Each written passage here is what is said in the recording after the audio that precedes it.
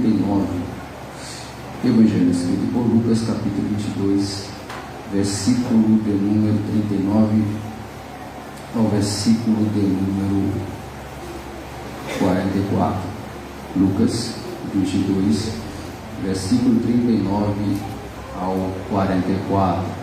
Seus irmãos que acharam, por favor, digam amém. Amém. E saindo, eu leio, os irmãos acompanhem, por favor.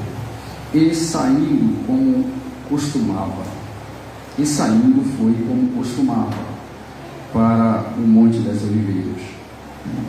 E também os seus discípulos o seguiram. E quando chegou àquele lugar, disse-lhes: orai, para que não entreis em tentação.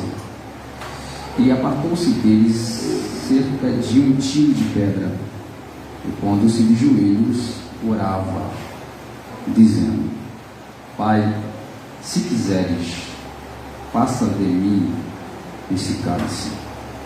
Todavia, não se faça a minha vontade, mas a tua. E apareceu-lhe um anjo do céu que o confortava. E posto em agonia, orava mais uma vez, orava mais intensamente. E o seu suor tornou-se em grandes gotas de sangue, que corriam até o chão. E versículo 45, levantando-se da oração, foi ter com seus discípulos, e achou-os dormindo de tristeza. Amém. Glória a Deus. Queridos, eu peço, por favor, como é do meu costume, que você redobre a sua atenção com bondade, a fim de que possamos compreender com clareza a mensagem introduzida nessa noite. Quantos ainda me ouvem, digam amém. Amém. Servos e servas do Altíssimo, permitam-me dizer-vos, a Bíblia Sagrada chama a nossa atenção para três coisas que devem ser incessantes na vida do cristão. Três coisas que devem ser incessantes na vida do povo de Deus. Três coisas que não devem cessar, que devemos buscar com frequência. A primeira coisa podemos chamar de fervor espiritual. Podemos entender fervor espiritual como uma sede por Deus. O fervor espiritual é aquilo que nos leva a buscar a presença de Deus diariamente. E no contexto bíblico, o elemento que a Bíblia Sagrada utiliza para simbolizar o fervor espiritual é o fogo.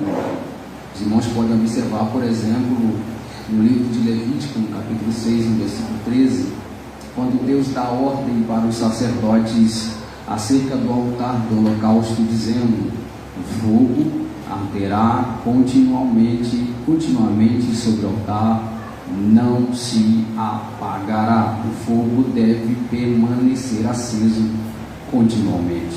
O apóstolo Paulo, entendendo a importância disso, fazendo alusão, entendendo que o fogo é um símbolo da ação do Espírito de Deus dentro de nós, do fervor espiritual, escrevendo sua primeira epístola aos Tessalonicenses, no capítulo 5, no versículo número 19, ele nos faz uma exortação dizendo: não apagueis o Espírito.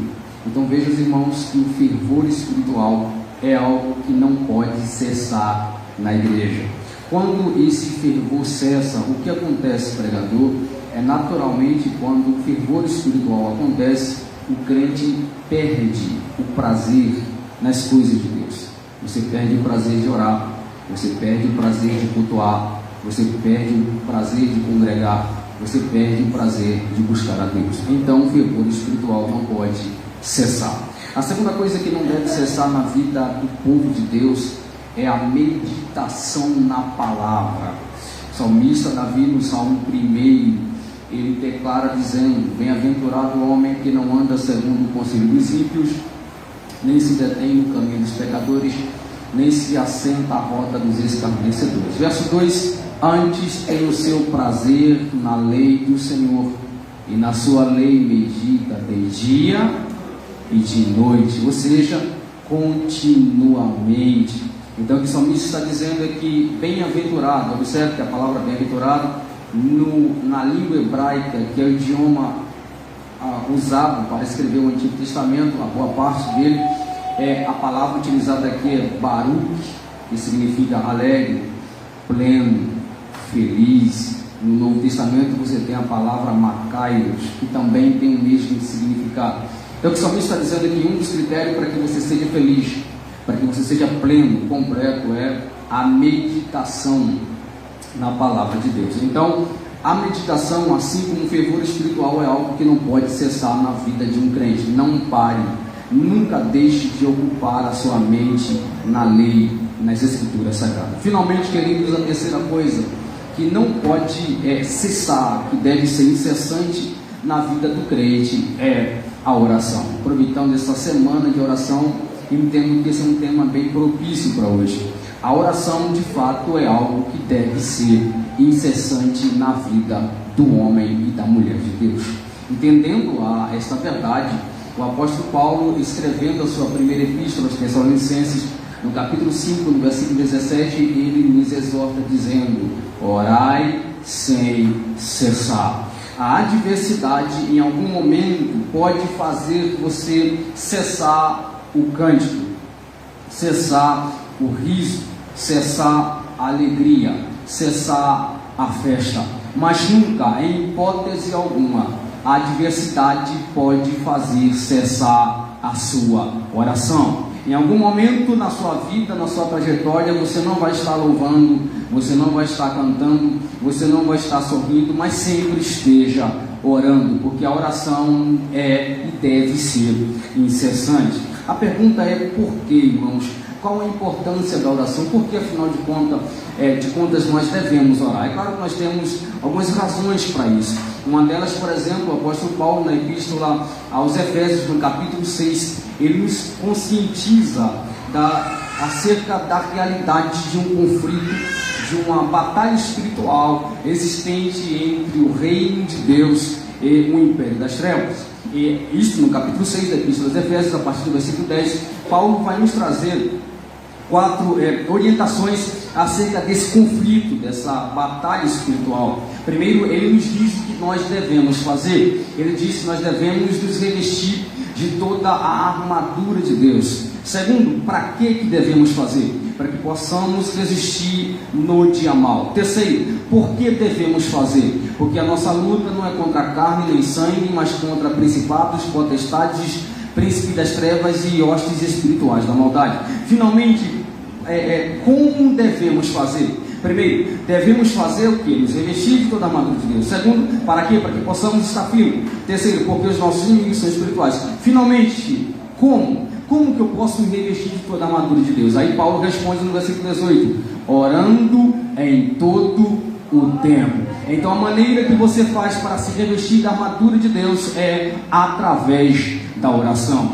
Quando nós olhamos no retrovisor da história, quando olhamos para trás e observando a história da igreja primitiva, a igreja do primeiro século, vamos perceber, queridos, que apesar de todo o sofrimento, apesar das perseguições que a igreja enfrentara no seu período histórico, vamos perceber que a igreja primitiva sempre foi uma igreja triunfante, uma igreja vitoriosa. E a pergunta é por quê? E a resposta está no tema de hoje: porque a igreja primitiva vivia em oração. O evangelista São Lucas, ao escrever o livro de Atos dos Apóstolos, ele nos traz uma ideia da vida de oração da igreja. Se não, observe, no capítulo 1 do livro de Atos, Lucas deixa claro dizendo que num período de 10 dias depois da ascensão de Cristo aos céus, a igreja estava reunida no cenáculo, fazendo o que, pregador? Estavam orando. Enquanto eles oravam, isto é, orando enquanto aguardavam o derramamento, a descida do Espírito Santo sobre eles. No capítulo 2, depois que o Espírito Santo desce sobre a igreja, a Bíblia nos informa dizendo que, Lucas nos informa dizendo que eles perseveravam em quê? Na doutrina dos apóstolos, na comunhão, no partir do pão e nas orações. Em Atos capítulo 3, Lucas nos afirma, nos escreve dizendo que às 3 horas da tarde, Pedro e João subiam ao templo para orar. No capítulo 4 de Atos dos Apóstolos, esse mesmo Pedro e João, estando no sinédrio, diz o texto, que eles oravam, versículo de número 31, e tendo eles orado, moveu-se o lugar em que estavam reunidos, e todos foram cheios do Espírito Santo. Por que foram cheios do Espírito Santo? Porque eles estavam orando. No capítulo 7 do livro de Atos dos Apóstolos, Lucas nos escreve dizendo que Estevão, o primeiro mártir, antes de ser apedrejado, ele estava orando, intercedendo pelos seus apedrejadores. Quando você lê o capítulo 16 do livro de Atos dos Apóstolos, Lucas nos informa que Paulo e Silas, estando no cárcere da Macedônia, perto da meia-noite, o que eles faziam? Eles oravam e cantavam hinos e louvores a Deus. E porque eles oravam, Deus resolve descer no cárcere. E quando Deus desce no cárcere, houve um terremoto que abalou os alicerces do cárcere, abriram as portas, quebraram-se as cadeias. Por quê? Porque eles estavam orando. Você percebe, irmãos, que a igreja primitiva vivia em oração, porque eles tinham um modelo de oração, que era o próprio Senhor Jesus. E Lucas é diferente dos outros 3 evangelistas, é quem mais dá ênfase à vida de oração de Jesus. Quando você abre o livro do Evangelho escrito por Lucas, o livro de Lucas, o Evangelho escrito por ele, você vai perceber em alguns capítulos a vida diária de oração de Jesus. Por exemplo, no capítulo 3, no versículo de número 21 do Evangelho escrito por Lucas, ele nos escreve dizendo que Jesus estava orando logo depois que foi batizado por João, ainda nas águas do Rio Jordão. No capítulo 5, versículo 16, Lucas afirma dizendo que Jesus se retira para o deserto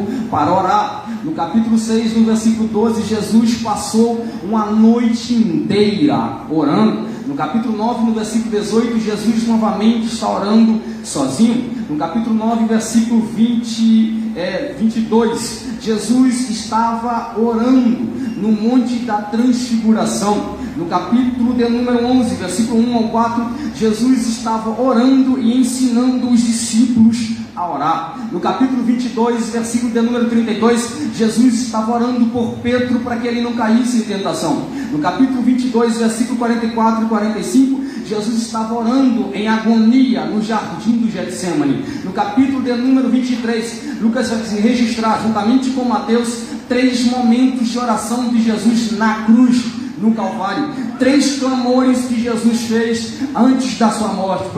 O primeiro clamor está no versículo de número 34 do capítulo 23, o clamor do desamparo. É quando Jesus na cruz se dirige ao Pai dizendo, ele utiliza uma linguagem aramaica dizendo Eli, Eli, lema sabachthani, que traduzido é Deus meu, por que me desamparaste? Mateus escreve no capítulo 27 do seu livro o segundo clamor de Jesus na cruz, que é o clamor da intercessão, quando Jesus novamente pela segunda vez se dirige ao Pai dizendo, Pai, perdoa-lhes porque eles não sabem o que fazem. Finalmente no versículo 46 do capítulo 23, Lucas, ele registra o terceiro e último clamor de Jesus na cruz, que é o clamor da vitória. É quando Jesus finalmente se dirige ao Pai pela última vez e dá um brado dizendo Tetelestai, que é traduzido como está consumado, a vitória é minha, eu venci, está feito, deu tudo certo, o projeto foi realizado, a vitória é ganha. Então você percebe, irmão, que Jesus tinha uma vida vitoriosa porque ele viveu em oração. Quando eu olho, queridos irmãos, por favor não se canse, para essa vida diária de Jesus de oração, eu percebo, e eu quero chamar a sua atenção para isso, alguns princípios que nós podemos extrair da oração de Jesus. Princípios, entenda aqui como uma causa primária, aquilo que motivava Jesus a orar. Quando você para pensar acerca da divindade, da pessoa de Jesus,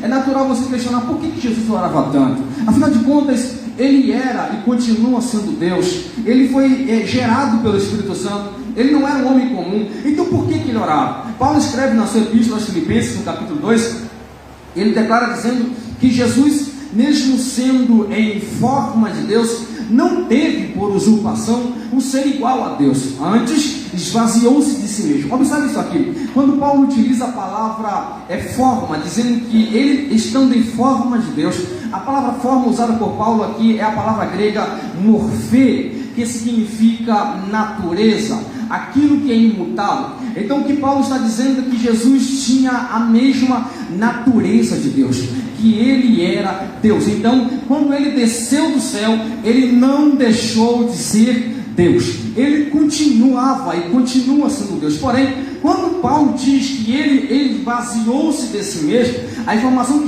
que Paulo está nos passando é que, embora ele fosse Deus, ele não usou essa prerrogativa divina, ou seja, ele não utilizou o seu poder divino. Ora, se Jesus não utilizou o seu poder divino, então como é que ele operava os milagres, as maravilhas? Pelo poder do Espírito Santo. E como é que ele se apropria desse poder do Espírito? Através da oração. Então o primeiro princípio que a gente percebe em relação à oração de Jesus é o princípio da capacitação. Por que Jesus orava? Porque ele buscava na oração a capacitação do Espírito para agir, para fazer a obra. Você vai perceber em alguns textos do Evangelho escrito por Lucas, como nos demais evangelhos, algumas ações de Jesus que eram precedidas, ou algumas ações sobrenaturais de Deus que eram precedidas,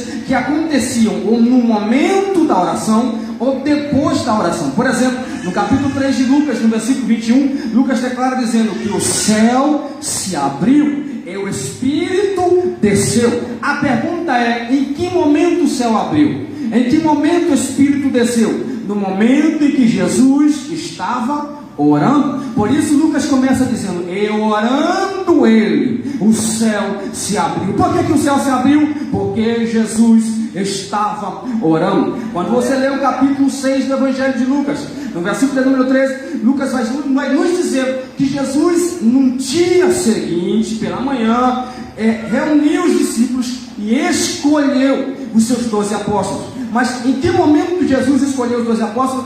Depois que ele passou uma noite inteira orando. E por que Jesus passa a noite inteira orando? Ele está pedindo ao Pai direcionamento para escolher os 12 apóstolos. Ou seja, o princípio da capacitação. Jesus entende, como homem, que ele precisava buscar por meio da oração a capacitação do Espírito. Quando você lê o capítulo 9 do Evangelho escrito por Lucas, no versículo, a partir do versículo 28, você vai perceber que Jesus estava orando no Monte da Transfiguração e ele se transfigurou, o seu rosto resplandeceu, a sua roupa resplandeceu, ao seu lado apareceram Moisés representando a lei e Elias representando os profetas. Mas em que momento isso aconteceu? No momento da oração. Então essas ações sobrenaturais aconteceram porque Jesus estava orando. Então o primeiro princípio que a gente entende, irmão,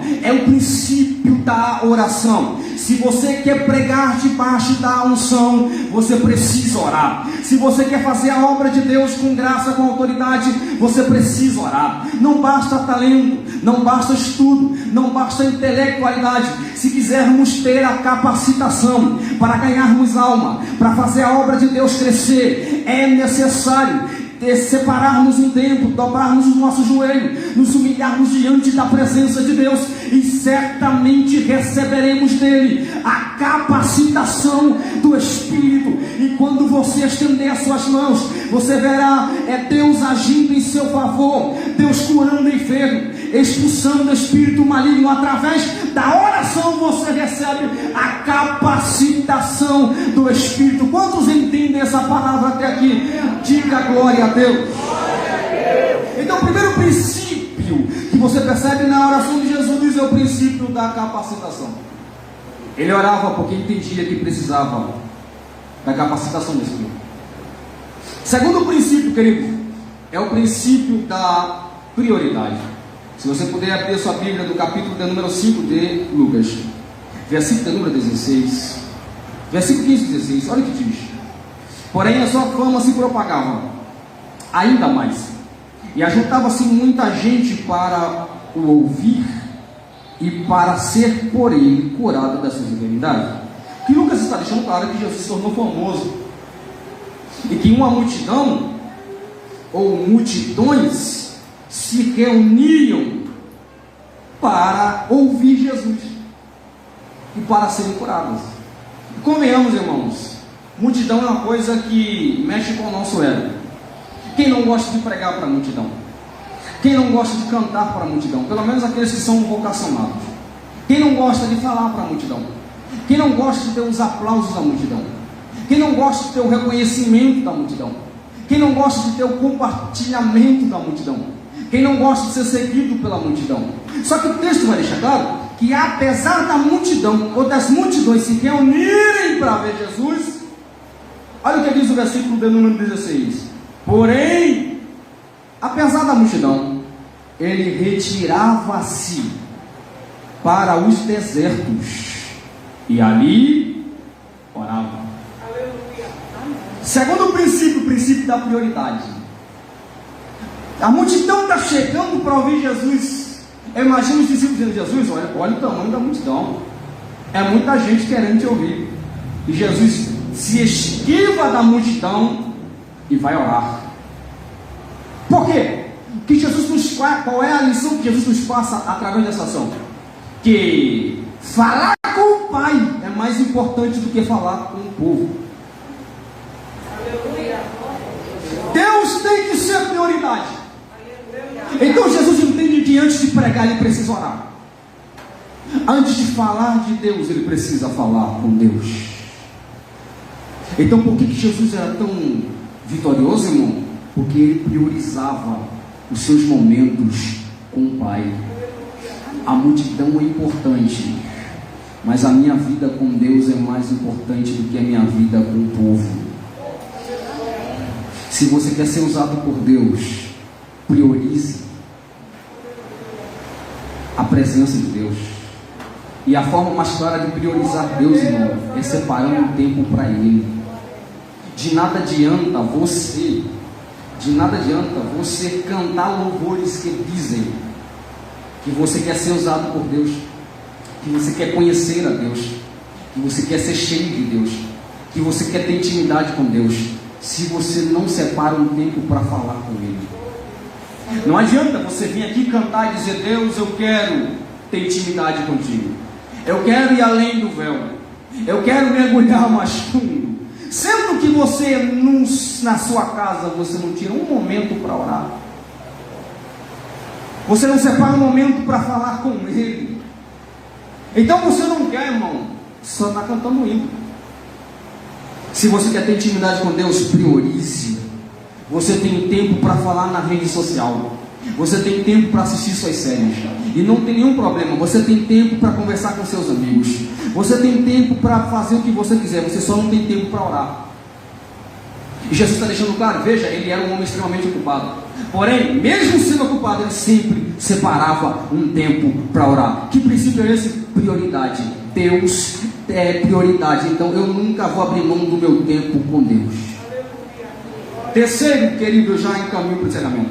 Terceiro princípio, o princípio da intimidade. Mateus capítulo 6, versículo 6, Jesus diz assim, ele olha para os discípulos e diz: quando orares, não é se orares, é quando. Porque Jesus já está considerando que os seus discípulos vai orar. Não é uma possibilidade, é uma necessidade e obrigação. Quando orares, entra no quarto, fecha a porta e fala em secreto. Por quê? Porque o teu Pai que está em secreto estará te ouvindo e Ele te honrará. Princípio da intimidade, a oração em secreto. Queridos, é importante entendermos aqui que Jesus não está condenando a oração em público, como alguns interpretam dessa forma. Jesus não está dizendo que é errado você orar aqui, na rua, na praça. Não é isso. Até mesmo porque Jesus orou em público em algumas ocasiões, como por exemplo no batismo. Quando ele foi ressuscitar Lázaro em Betânia, ele orou em público. O problema não é orar em público, o problema é você não orar no secreto. Quem ora apenas em público não está orando para Deus, está orando para o homem. Porque se você só ora apenas em público, então é porque você quer ser visto pelos homens. A oração em secreto é a oração de quem quer desenvolver intimidade, e não se desenvolve intimidade em público. Ninguém busca ter intimidade com outra pessoa em público. Intimidade é no secreto. Então, quando Jesus diz assim, fecha a porta, o que ele está dizendo é, busque ter intimidade. Por quê, irmão? Porque tem palavras que só se deve falar no secreto. Tem lágrimas que só devem ser derramadas no secreto. Há projetos de Deus para você que será gerado no secreto. Os profetas profetizavam em público aquilo que eles recebiam de Deus no secreto. O sumo sacerdote, no dia da expiação, ministrava em público, no átrio do templo, a mensagem que eles recebiam de Deus no secreto, no lugar santo dos santos. Deus chamou ou confirmou o ministério de Gideão na eira, lugar público, lugar aberto. Porém, Deus chamou Gideão no lagar, no secreto, no lugar fechado. Deus usou Moisés lá no palácio de Faraó, lugar público, lugar onde havia bastante pessoas, mas ele se revelou para Moisés lá no deserto, lugar secreto, sozinho, onde ninguém o via. Então, quando você valoriza o teu relacionamento com Deus no secreto, Deus te honra no público ou em público. Então, primeiro, priorize Deus, valorize Deus, busque intimidade com Deus, irmão. O que o pregador tem que colher aqui no púlpito é aquilo que ele plantou lá no secreto da oração. O que você vai colher aqui, a unção que você vai receber de Deus aqui no público, é o que você vai também, é aquilo que você plantou no secreto. Obrigado. Então, queridos, ouça isso aqui, por favor. Primeiro princípio da capacitação. Diga comigo, capacitação. Mas só diga capacitação. Segundo, princípio da intimidade. Diga intimidade. Isso. Terceiro, princípio da prioridade. Diga prioridade. Quando você prioriza Deus, Deus prioriza você.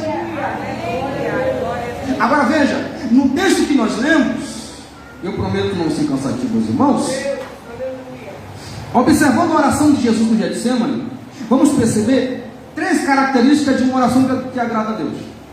Primeira característica, vamos lá, versículo número 40, e quando chegou àquele lugar, disse-lhes, orai para que não entreis em tentação. Versículo 41, e apartou-se deles a cerca de 1 tiro de pedra, aproximadamente 30 metros, e pondo-se em joelhos, orava. Em outra versão diz assim, que ele pôs o rosto em terra, na linguagem atual, face no pó. Primeira característica da oração que agrada a Deus, a oração humilde, a oração da humilhação. Jesus sendo Deus, ele está no jardim de Getsemane, de joelho, com o rosto em terra. O que é isso, irmão? Humilhação. O que é isso? Quebrantamento. Deus não ouve pessoas que oram com o coração endurecido. Você percebe que não é só orar, não basta só falar, é a maneira em que você fala, é a tua postura diante de Deus. Vivemos uma época, irmãos, permitam-me dizer, de pessoas, muitas pessoas frias, superficiais, que oram apenas da boca para fora, que não utilizam mais, e não é porque o pregador está utilizando, o lenço, a toalha, não só por causa do suor, mas por causa das lágrimas. O escritor da carta aos Hebreus, no capítulo 5, versículo 7, se não me falha a memória, deixa claro que Jesus, nesse momento, apresentou ao Pai súplicas e clamor com oração e com lágrimas. Oração humilde, a oração da humilhação. Deus se agrada quando você se quebranta.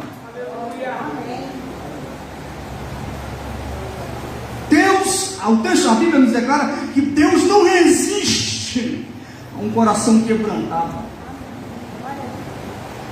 Você lembra daquela passagem quando Jesus faz uma comparação entre os fariseus e o publicano, que era considerado pelos fariseus como pecadores?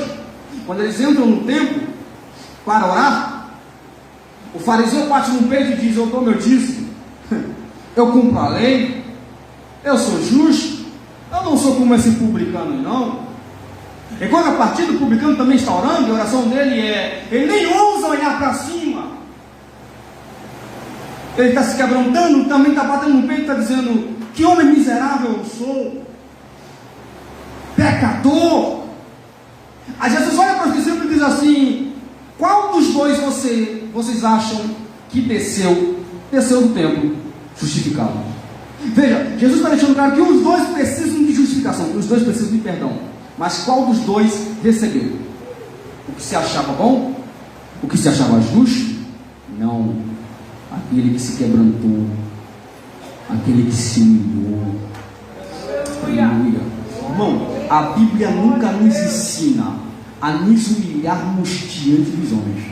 A Bíblia nos ensina a sermos humildes, mas nos humilharmos, Tiago diz: humilhai-vos, portanto, debaixo da potente mão de Deus. Se você não é capaz de se humilhar diante de Deus, irmão, quem não se curva diante de Deus não tem condição de estar de pé diante dos homens. O que você faz no secreto, a tua humilhação no secreto, vai gerar exaltação no público. Ore, chore, se quebrante, reconheça seus erros. Deus se agrada. Deus não é um ditador que está ali, puniu, vou castigar. Não. Deus é Pai, e é claro que Ele disciplina como Pai, porém, Ele está, sempre que você está disposto a se quebrantar, Deus está disposto a te levantar. Sempre que você está disposto a se arrepender, Deus está disposto a te perdoar. Sempre que você está disposto a se humilhar, Deus estará disposto a te exaltar. A oração da humildade, ela gera alegria no coração de Deus. Então se quebrante, se humilhe, Deus honrará você. Primeira característica da oração que agrada a Deus: humildade. Diga comigo: humildade. Segunda característica da oração que agrada a Deus: a oração submissa. Olha o versículo número 42. Olha como ele diz. Em outra versão está escrito assim: se possível. Na minha versão está escrito: se quiseres, ó Pai, passa de mim este cálice, todavia não se faça a minha vontade, mas a tua. Claramente, irmãos, essa oração nos faz entender que de alguma forma Jesus queria ou quis em algum momento, isso aqui é uma conjectura do pregador, se possível, passa de mim esse cálice.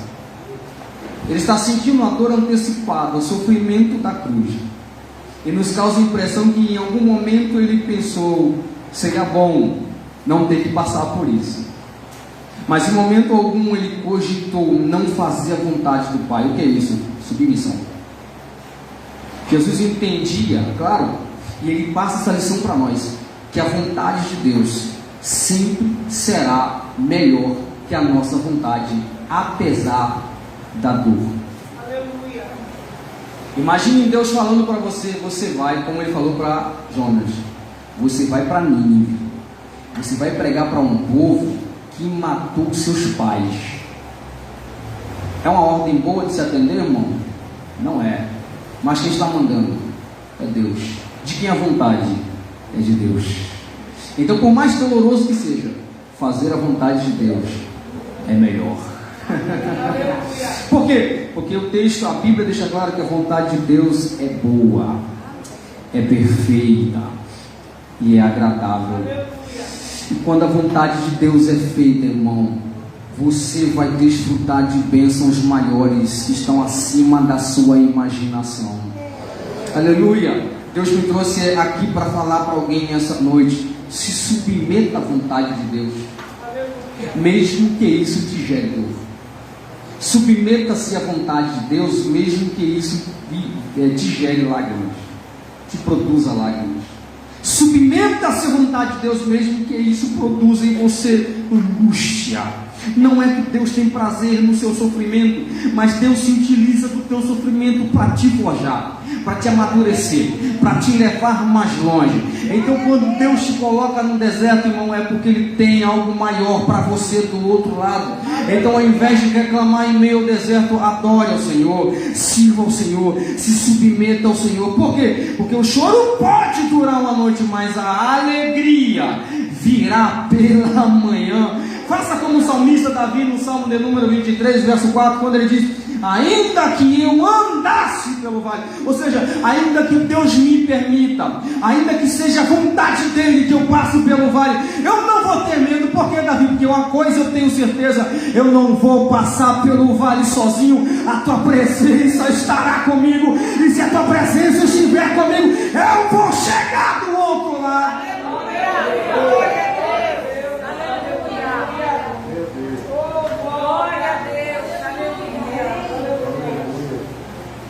Oração humilde, oração submissa.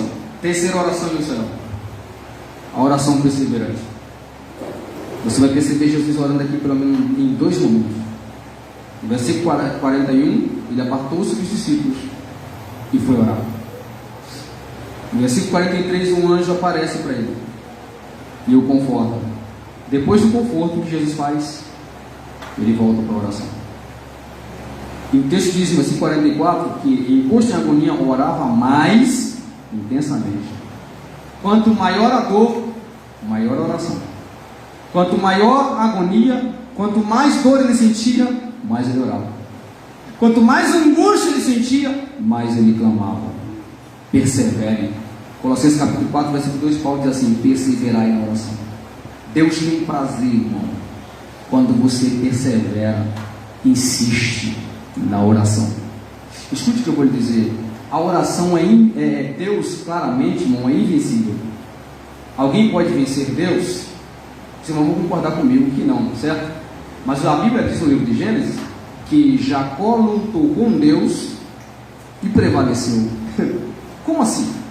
Lutou com o anjo, que era Cristo na teofania, e prevaleceu. O que a Bíblia nos diz, nos quer informar através disso, é que só existe uma forma de você, me permita essa expressão, não se escandaliza, só existe uma forma de você vencer Deus, é na oração. Só existe uma forma de você chamar a atenção de Deus. Deus é invencível, irmão. Chamar a atenção de Deus é quando Deus se agrada quando você persiste em orar. Deus, ele é muitas vezes difícil, propositalmente, porque ele quer que você se aproxime dele. Quem vive de pedido de oração não desfruta do prazer de orar, irmão. Se eu vivo dizendo, ora por mim, irmão, eu posso até receber a bênção porque você está orando, a bênção que eu estou pedindo, mas a bênção da comunhão só consegue desfrutar aquele que está orando. Persevere. Muitas vezes Deus permite que você viva momentos de angústia, é só para você se aproximar dele. Tem gente que só ora, meu pastor Jorge, no momento da dificuldade. Aí Deus te ama tanto que te põe na dificuldade. Quando eu leio, por exemplo, a parábola do filho pródigo, o filho pródigo saiu, pegou a herança, recebeu a herança do pai, gastou tudo. Irmãos, o pai poderia ir atrás do filho pródigo? Poderia, mas ele não foi. Quando o filho pródigo estava na sarjeta, o pai, mesmo não sabendo, mas por não estar preocupado, tinha recursos para ir buscar, e não foi. Por quê? Porque cabia ao filho ter a atitude de se humilhar e voltar. E eu entendo aqui, irmão, trazendo para nós, para o mundo espiritual, quando o filho pródigo está vivendo um momento da dificuldade e alguém está dizendo, olha, foi o diabo que fez isso com você. Sabe o crente que está aqui na igreja, mas se afasta de Deus, não vive a vida de oração? Aí as portas se fecham, a crise vem na tua casa, crise conjugal, crise de saúde. Aí você pensa alguém, você vai no profeta, o profeta diz assim, ó, é o diabo, fizeram obra para você. Só que não é não, irmão.